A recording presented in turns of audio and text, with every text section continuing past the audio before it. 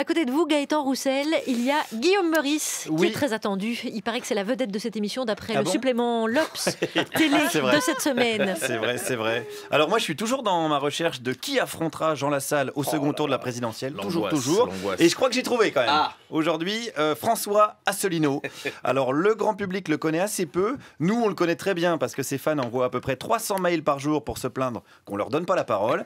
Et bien attention, les fans de François, c'est maintenant. Soyez sur le coup. Je me suis rendu hier soir à une réunion de son parti, l'UPR, l'Union Populaire Républicaine, dans le 19e arrondissement de Paris. L'UPR a une vraie obsession, c'est la sortie de l'Union Européenne. Et ils ont même fait une chanson qui l'affirme, une chanson de reggae, Frexit reggae. Alors, comme je vois que vous êtes comme des dingues, Oui, je encore vais- un titre inédit. je vais pas vous faire attendre plus longtemps. France Inter, on aime, on vous en parle.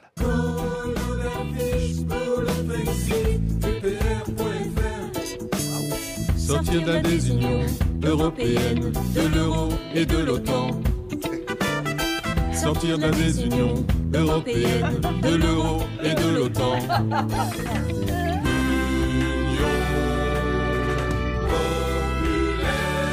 Ah, ça envoie. Et voilà, bah ouais, il n'y a pas que des exclus Gaëtan Roussel aujourd'hui. Hein. D'ailleurs, il prend une bonne grosse claque en termes de poésie, Gaëtan. Il y a de production, si je puis me permettre. Ah oui, On dit qu'il n'y a plus de chansons engagées, mais je suis désolé. il y en a, Bien sûr, il y en a. il y en a, heureusement que je suis là. Alors, j'ai rencontré évidemment l'auteur-interprète, c'est Jean-Jacques Mazur, et je lui ai posé la seule question qui s'impose à ce niveau-là. Jean-Jacques, pourquoi? Parce qu'avec les conférences de François Asselineau, j'ai pu avoir les clés de compréhension pour comprendre pourquoi je souffrais. En fait, l'ignorance est la mère de toutes les souffrances. À partir du moment où vous êtes moins ignorant, vous souffrez moins. C'est François Asselineau qui vous a sauvé? C'est comme un docteur, en fait. Docteur François. Alors, à mon avis, il l'a soigné quand même avec une bonne dose de ganja, ce qui explique la musique et les paroles. D'ailleurs, est-ce que François Asselineau est pour la légalisation du cannabis? Impossible de savoir parce que François, il propose de sortir de l'Union européenne, mais après, c'est pas très très clair.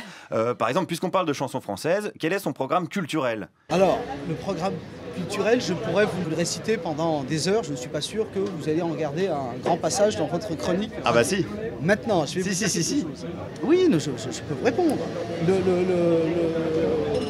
programme culturel de François Asselineau pour la présidentielle. Qu'est-ce qu'il y a dans son programme culturel? Je ne suis pas non plus le ministre de la Culture. Non, bah heureusement du coup.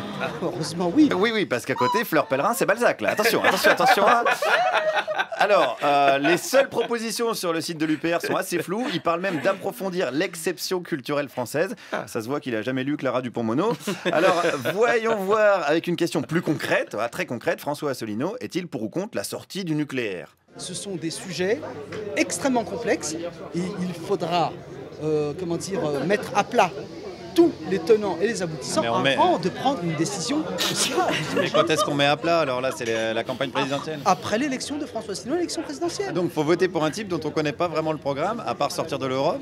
Écoutez, je vous mets au défi de me citer le programme de monsieur Fillon, Mélenchon ou madame Le Pen. Ah bah, défi accepté. Fillon et Le Pen sont pour le nucléaire, Mélenchon est contre. Même Macron, on sait. On connaît même le programme de Macron. C'est quand même pour dire, il est pour, quoi.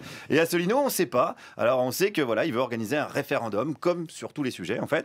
Sauf la sortie de l'Union européenne, ça il sait, parce que les militants veulent sortir de quoi? D'un système dictatorial insidieux, alors qu'on voulait nous faire croire que c'était une démocratie réelle. Mais l'hypocrisie, elle a atteint un paroxysme qui pousse le peuple à se révolter.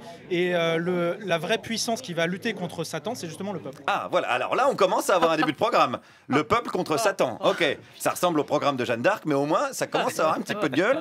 Alors poursuivons, comment changer la société? Par le programme qui sera réalisé par M.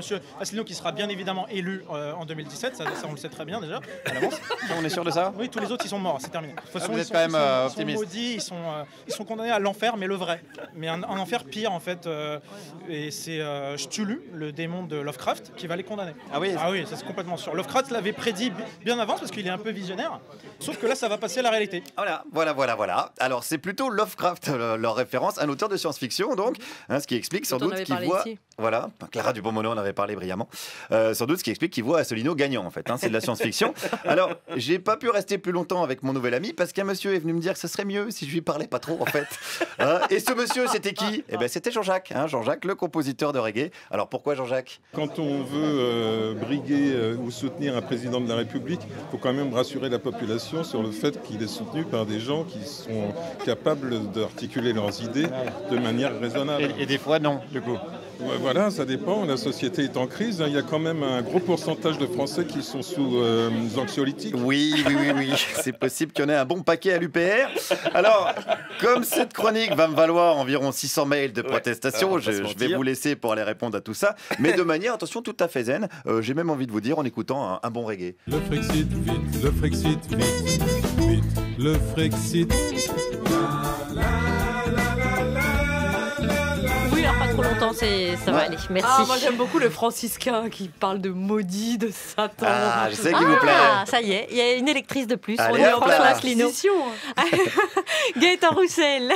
D'abord, merci Guillaume Meurice. Je vous en prie, à votre service. Vous avez des soirées passionnantes. Tout on à a fait, très je envie de rencontre passer la France. des soirées avec vous, ça donne envie.